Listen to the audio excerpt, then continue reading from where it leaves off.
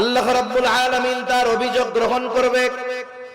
এবার ওই পাহাড় পরিমাণ নেকের মালিককে বলা হবে, তোমার ব্যাপারে যে অভিযোগ দায়ের করা হলো সত্য নাকি? সে মিথ্যা কথা বলার কোনো উপায় নাই, স্বীকার যেতে সে বাধ্য। সে বলবে, হ্যাঁ, দুনিয়াতে আমি তার এই হক নষ্ট করেছি। আল্লাহ তাআলা বলবে, দাও, তার হকটা আদায় করে দাও। বলেন তো, দুনিয়াতে কেউ যদি কারো জমি জোর করে দখল দেয়, কিয়ামতের দিন জমি দেওয়ার কোনো অবস্থা আছে নাকি?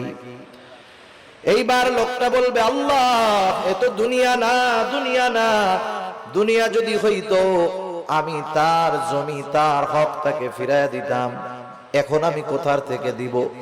এইবার অভিযোগকারী বলবে, আল্লাহ, ঠিক আছে, এটা তো দুনিয়া না।